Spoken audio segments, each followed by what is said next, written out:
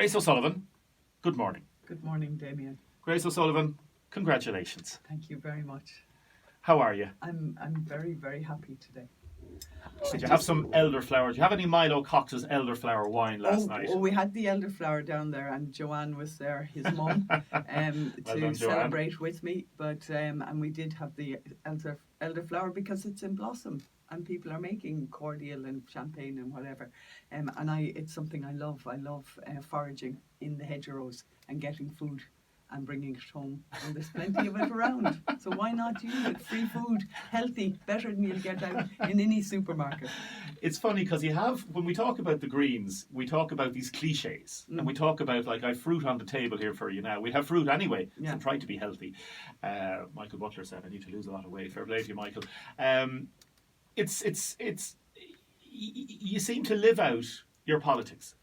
Yeah, you try to live your politics through your daily life. Well, if I can just give a plug to Slimming World in Tremor. I mean, last year I did put up a bit of weight in the Shannon, and I decided I wanted to do something about it. So I headed down to Slimming World in Tremor, and it did help me think about what I'm eating and plan. So you can see me here, Damien. I'm healthy enough. I swim, I walk. I look very healthy. I really do think it's important to manage yourself, and that goes. So I take personal responsibility for myself. I wonder, would you be bringing a packed lunch to Strasbourg with you? Huh? Well, but I bring a flask. If I don't like the coffee, I'll bring a flask. But these are just sensible things. Absolutely. These are things that, and even like you think about it, like a good healthy approach to life. Yeah. It's just good discipline. We're going to have a chat about, obviously, how you got here and stuff like that. Jackie Corcoran, you're the woman behind the woman in some respects. You're the advisor. We'll talk about different aspects. Just stick on the food thing for the minute and the little story about the carrot. Tell us about the carrot. Come on. That was one of those off-air stories that I hope I don't embarrass Grace. No, it's lovely. It's very good because, again, it just gives us a little picture of where we are and what happens behind the scenes. So this was the primetime debate, live on the primetime debate. And this was the big one, because the primetime debate is the one that can make or break, and we were acutely aware of that as we were going in there. And Grace is standing there, up on the podium with all the others. Yeah, she's about ready. She wasn't quite at the podium. We managed to kind of curb her before she got in front of a camera. So there was myself, Ed Davitt, who is the other core member, if you like, of the team. Grace's assistant in the Shannon, great grandson of the Mr. Michael Davitt. So, so myself and Ed are there, about to head out to go live on with Primetime. And next thing I turn around and Grace has produced this large carrot out of her bag, and myself and Ed are looking at each other, and she starts munching away on the carrot, and I said, "What are you doing, Grace? You're about to go in there." And she has this mouthful of carrot, and she said, "But somebody told me it's good to cleanse your mouth before you're going live on it, and get your jaw going and everything." And I was like, "Grace, there's carrots all over your teeth. Would you rinse out your mouth?" Myself and Ed are going into panic mode, and so she's there spluttering, trying to get rid of this carrot and wipe the carrot from her teeth before she got. But can I say, it's all about balance. I mean, we're making it sound as if Grace spends her life chewing carrots and drinking elderflower. Yeah, she does. She does. There is balance there. Would you be at McDonald's or would you be like Burger King? Not that far. Super Mac. You wouldn't go that far. No. I would. Once, twice a year. With my own girls, like there's always pop into Max or into JFK's or whatever, but it wouldn't be regular at all. It'd be it'd be kind of an exception. Now we are a Dooley's chipper every Friday in Tremor, and we were at Cunningham's chipper before that. So what would you get in Dooley's? What's your favourite in Dooley's? Well, I'll always get the fish. Fish and chips. A fish and no, I just get the fish, and they throw in a handful of chips. They do. And then Emer will get a battered sausage and a chip, and then we just kind of share it, because often the portion is just a little bit too big for me, and just the fish itself is enough. But it is great chippers out in Tremor. All the chippers. And then of course in summertime, if we're down below on the prom, and we'll sit out in McCarthy's chipper there. I worked in T-Bay, as you know, for years. And Billy in McCarthy's used to tell me he'd turn the fan in our direction if the wind was blowing the right way, just to get the smell of the chips waft, up, and that then we'd be smell of down to buy our chips Tramore and that. fish and But chips. yeah, it's all the summer and the salt and the fish and Jackie, chips. what role did you play in Grace's campaign? I was her campaign manager. Campaign manager. What did that entail? Oh gosh, now I Where was do I supposed to start? give exactly where do I Yeah. start? You have to write a book about It this. kind lads. of yeah, most definitely. That's There's on an the, idea, on the yeah. list. Well, I suppose I was involved with Grace from 2014. I was her campaign manager in the first European campaign, and that was a total accidental, one of these fluky things that came about. I had left RTE just quite soon before that. You were a radio producer I was with a radio RTE in producer with Dublin and RTE Waterford. for Yeah. many years, and I had taken voluntary redundancy, and my plan was to. I had visions of myself going off and writing the next great Irish novel, and that's what I was kind of hoping to do, and do some freelance journalism and get by in that way. And up rocks Grace to my door and says, "Look, we would have been Out of part the of a blue, wider pretty circle much, yeah. of wide circle Yeah. of friends, so we knew each other." Yeah. But So like I would have known Jackie socially, but not only, you know, the way you'd go up and say, "Oh, hello, how are you?" and whatever event we were at. And then Eamon Ryan had called me absolutely out of the blue. I was Green Party working leader. in T-Bay, and asked me would I consider running for the Green Party in the European elections. You know, I really had to deliberate around that, and it was just such a big ask. And after several meetings with Damien Ryan in the Majestic Hotel in Tramore, in the end, and in the discussion with my own friends, I decided to go forward. And then I thought, so how, we've no idea how to do this. So I thought, who can I talk to? And I just remembered in the back of my mind, this woman, Jackie Corcoran, who had worked for RTE. So I thought, look, I'll go and see Jackie. So I gave her a call, and I went over to her house, and we sat down and just started talking about the prospect of what you know, an election campaign would entail.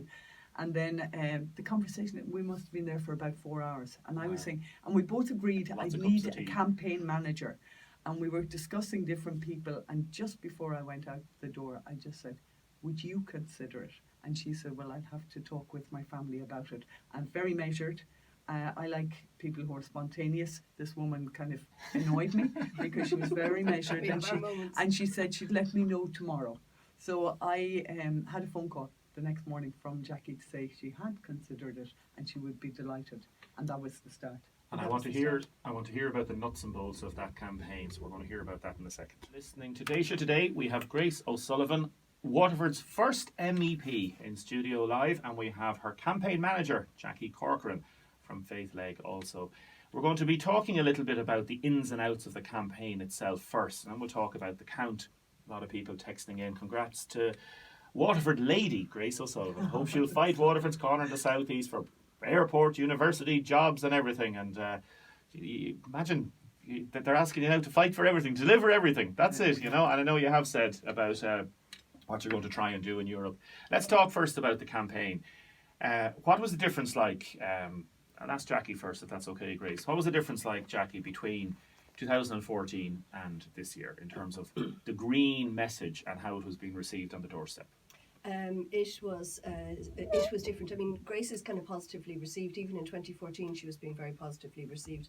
I suppose the particular differences for us in terms of the campaign were that her profile, I mean, she did have profile from her Greenpeace days. She had spent years working in these issues, but it was a different atmosphere, a different climate in terms of public awareness around the green issues. So it was a very different sort of campaign.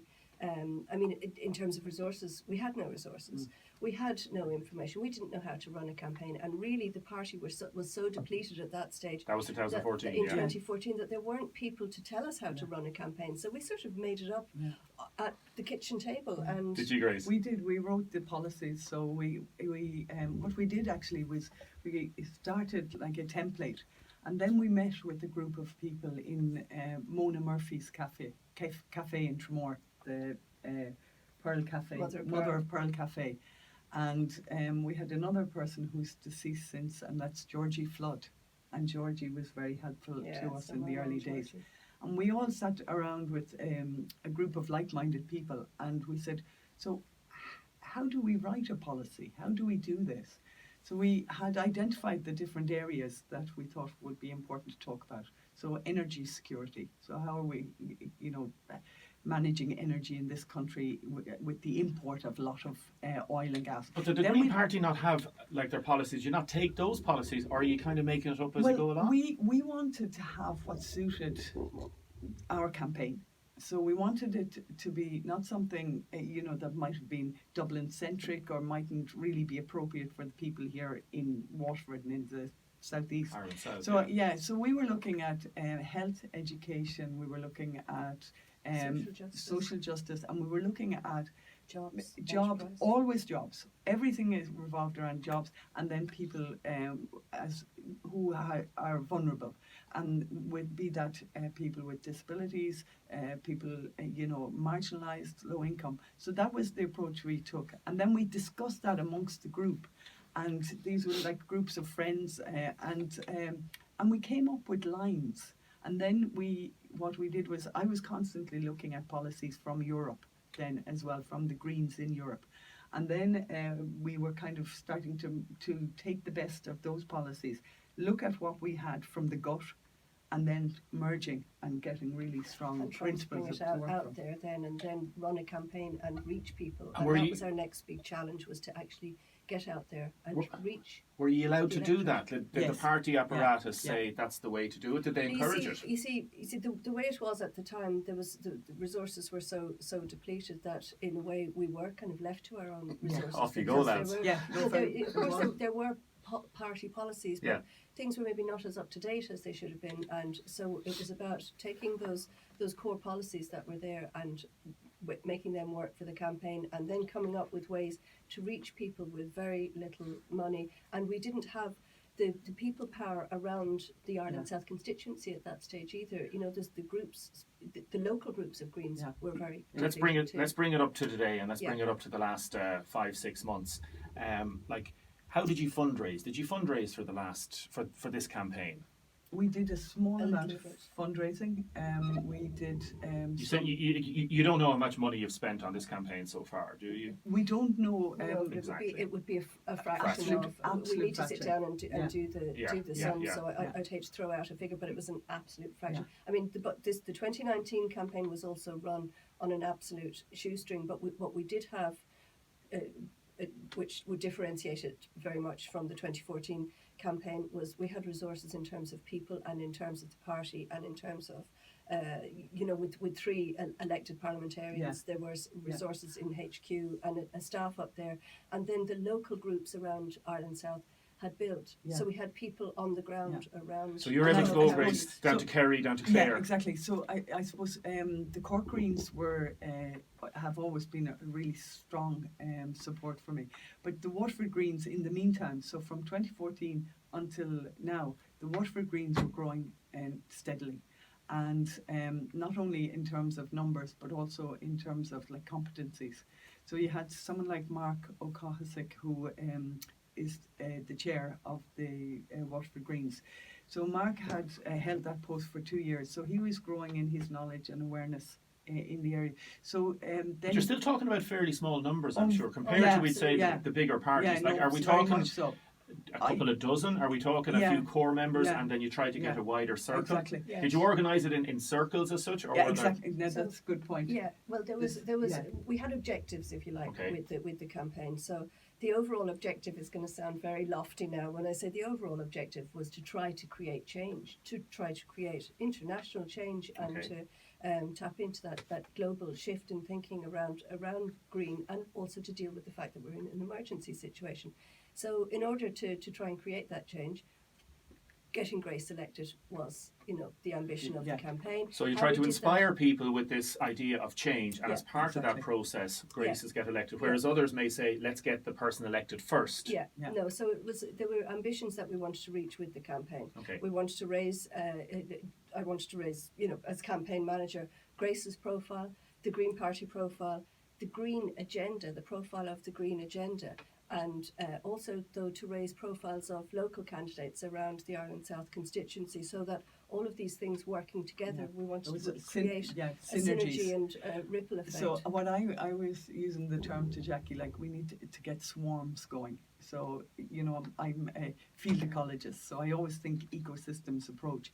And so we were saying if we have people to connect with in each of the 12 counties, and then they start to grow numbers around them, and then we started to get synergies, and that actually started happening right across Ireland South. And we could feel it happening, but we didn't know, is it going to actually, is it going to be enough? And that's why we came back to Waterford. And we knew, and the same in 2014, we knew we were going to start at the peripheries, and then we were going to come back to Waterford. And it was this back forth. And then in the end, our last drive was here in Waterford. So this idea of swarms and building clusters momentum. and building Precisely. momentum and working as bees in a Yeah, colony. precisely. Did you drive around, for example, practical stuff? Did you have a bus? Did you drive around in cars? No, I have my Prius, second-hand Prius from McConnell's garage. Thank you. What year is that? There, 2012. 2012. Yeah, and the registration is WX for Wexford, 24/7. So I always think 24/7 in UHW. So that kind of summed up the campaign was a bit of a 24/7. Like, would you be up early in the morning, Jackie? Oh yeah, Yes, always. yes. Yeah. Like, you 6 have o'clock in the morning. 6 o'clock in the morning. 6 o'clock in the morning. Certainly for the past 4 months, absolute solid 7 days a week. 6 o'clock Until in the 11. morning. What would you be doing that Until early in the morning? just could Emails? not- emails, communications. Planning, You see, I suppose preparation. all the practicalities, I mean, what I described to you about what we wanted to do with the campaign is one thing, and then how do you make that happen? And, you know, speaking of the swarms makes it sound like there were loads of people. There weren't loads of people, but what there were people who, and it worked better in some counties than others, obviously. So in some areas you had really dynamic people who got what we were trying to do and came on board.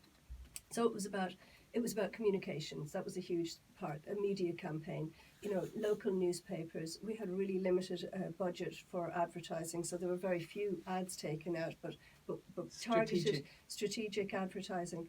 Obviously, social media had to play a huge part in the campaign.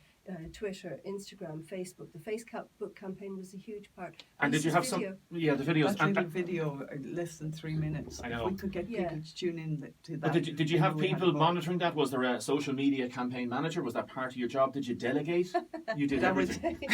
Jackie and Ed. Jackie and Ed, Ed's strength would be in Twitter, in the more sort of, if you like, hardcore political end. Mine would be in the more colour featurey kind of end of things. So between the two of us, those were the two areas that we had to cover, and we put a video together of a sort of that video that Grace just referred to there, which was a little potted a history of Grace and the work that she's done and the 34 years. She hasn't come to this lately. She's spent 34 years working as an environmental activist. So that video, we wanted to get that out everywhere. It was on Facebook. We were sending it by phone. Yeah. But and also it was we trying were to create those but remember, the other thing, Damien, is over the course from 2014 to now, we had connected with different groups and different campaigns. So, you know, the whole repeal campaign, we had worked very strongly with people here in Waterford on that. And so we had different groupings that we were targeting as well, because we knew that our ideology and values were aligned. So we were tapping in as we could with the different groups, and then they were, even though we had people in each of the counties, but then we were tapping into networks of other groups, and then they kind of started to get involved as well. Was there ever a moment where you went to a place and you went, oh, this is not going, this is really depressing? Or was there a moment of absolute joy where you went to somebody and you said, we could do this? Both, I would say.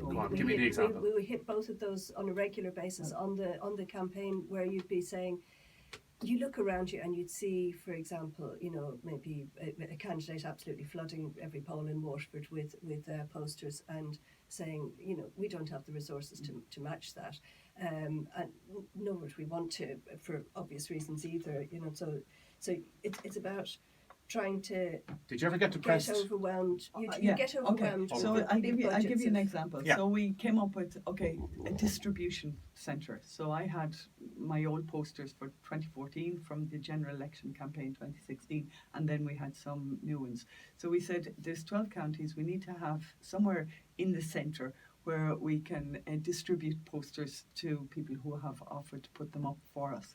So we decided to go with an event in the apple farm in Care, Contrasses, who has been a great supporter of our campaign from 2014.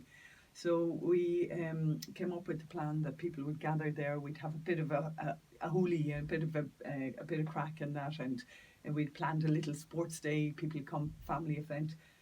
Well, it lashed raining, and it was raining and windy, and I'd lost the will to live almost, you know. Yeah.